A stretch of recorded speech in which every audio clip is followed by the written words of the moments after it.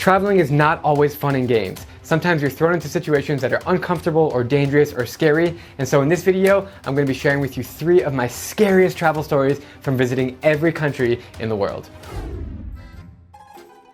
If you guys have been following me, you know that I just traveled to Russia, to Siberia for 2 weeks, and I actually left 10 days before the attack on Ukraine, so it was crazy timing, and thoughts and prayers are going out to all of our friends in Ukraine. It's absolutely disgusting what is happening out there. But during my trip, I was mostly in the far east, so I was like a 10-hour flight from Moscow. I've been to North Korea. I have a fascination with North Korea, and when I found out that Russia borders North Korea, they share an 11-mile strip of land, I thought I had to go there. So I jumped in a car with 3 Russian friends, so there's 4 of us total, and we took a 6-hour journey from a town called Vladivostok all the way to the border of North Korea. There's a town called Khasan. Middle of the winter, it's freezing outside, like minus 25 degrees, and the drive is going fine. We visited a frozen waterfall. I got some crazy drone shots of the scenery. And then we finally made it to the border, and there was a sign, a blue sign, I can never forget it. And it said something like, "You must present your IDs to the officers." And sure enough, as I looked through the windshield, I saw 2 Russian officers, military or police guards there with the fuzzy hats and just the look on their face like this. And by the way, there was a gray area. I didn't know if I was allowed to go to this town. I didn't know if I needed a permission. I heard mixed things from different people, so I just decided to go. Sure enough, we get to the border crossing, and I checked my friends' passports. The 3 Russians showed their passports. Everything was fine because Russians are allowed to be there.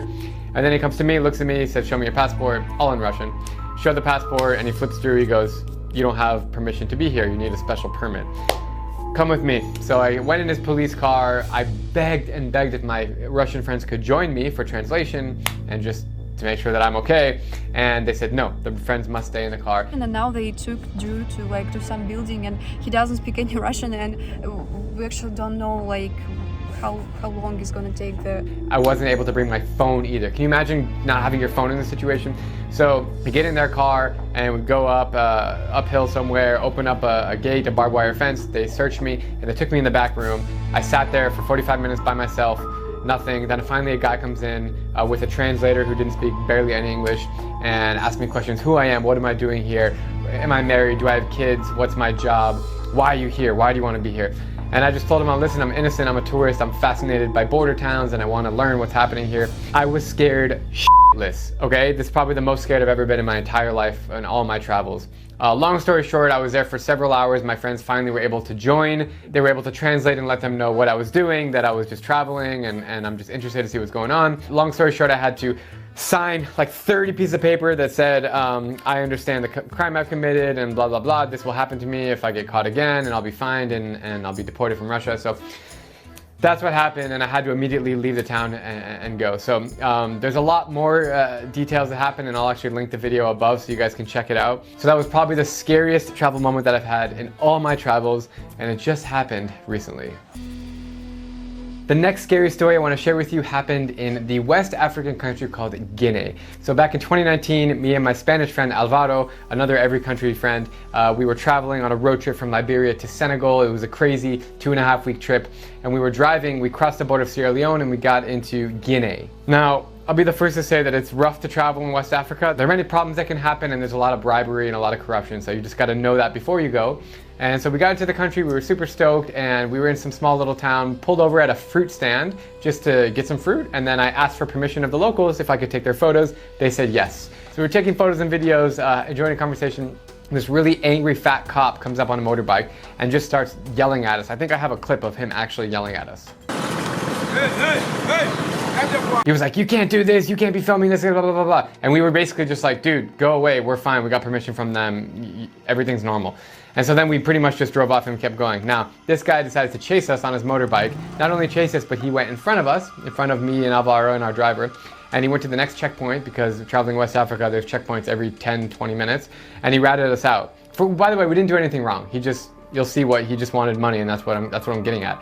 So he told the next checkpoint that we were doing something wrong, taking photos, blah, blah, blah. And then they demanded $20.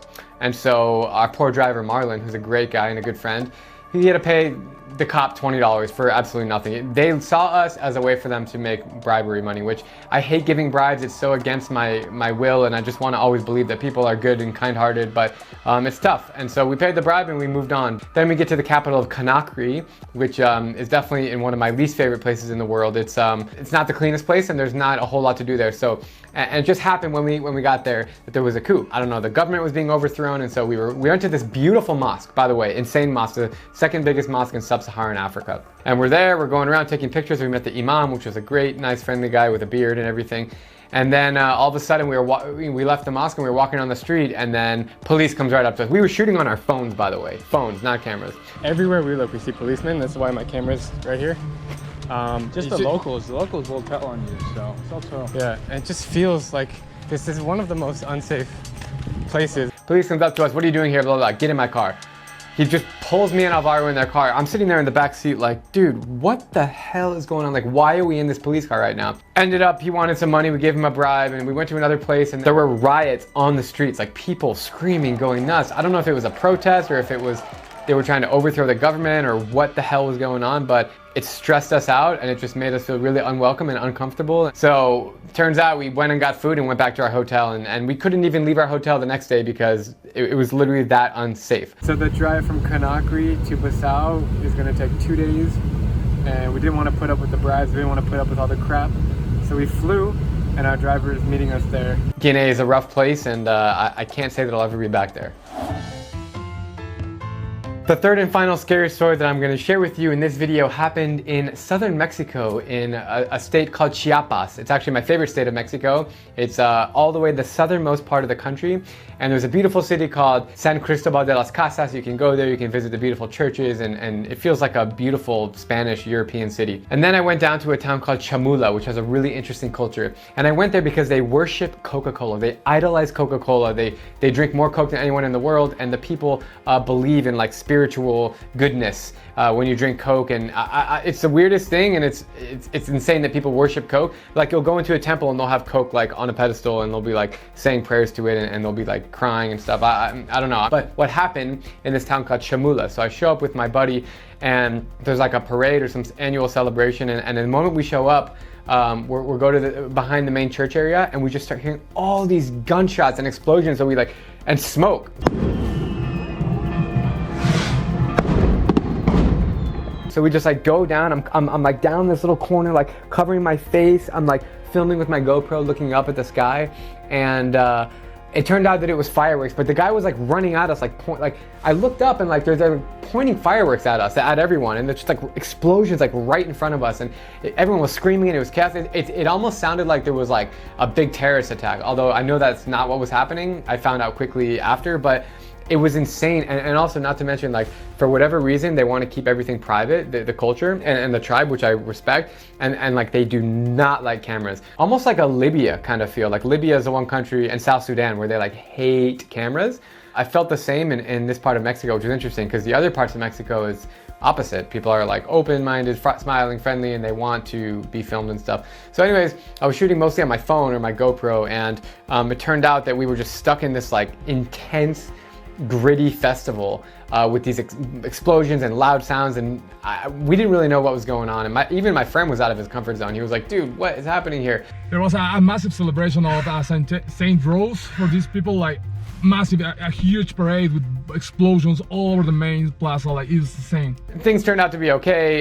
You know, we ended up going inside of the church and seeing how they worship Coke and talking to some interesting people, and I guess looking back, knowing that it wasn't an attack, or knowing that it wasn't gunshots. Actually, it was gunshots. They were pointing up at the sky, but I mean, it wasn't like an actual attack. I don't think that it's that scary, but I remember just being in the moment and just like ducking down, and like I could barely breathe also, like with the smoke, so I had my shirt over my nose. Like, that uncomfortable feeling was just like really threw me off guard. But I live for these experiences, and would I do it again? Absolutely, in a heartbeat, I would do it again. Just want to say thank you guys for tuning in to hear the 5th edition of my scariest stories. This series is fun for me because you guys always hear the most positive and uplifting stories about the world, but the truth is, there's a lot of things that happen when you go to every country. You're put into situations that are a little bit out of your comfort zone, and I love to be honest and transparent and share that with you guys, and that's part of my whole mission. I mean, I've been honest from day one with every place that I go, and if I don't like like it, I say I don't like it, and why I don't like it. It doesn't mean I hate these countries. I love everywhere, and I will always give a place a second chance. These situations happen to me because of the time that I went there, because of many other variables, and it's all part of the experience. So I hope you enjoyed. Drop a comment below if you enjoyed and let me know what your thoughts were, and please like and subscribe. Really appreciate it, guys. You are amazing. I'm going to be spending the next several months cooking up some insane stories to share with you guys from Iran and beyond. So with that all being said, have a great rest of your day. Love you guys, and I'll see you later. Peace. I'm Drew Binsky, and thanks for watching. Make sure to subscribe to this channel down there if you want to see more adventures from every country, and below you can find my second channel where I tell stories about the most inspiring people in the world. Also, I'm giving away for free all my best travel tips and secrets for finding cheap flights on that middle link. Until next time, stay safe, be spontaneous, and just go.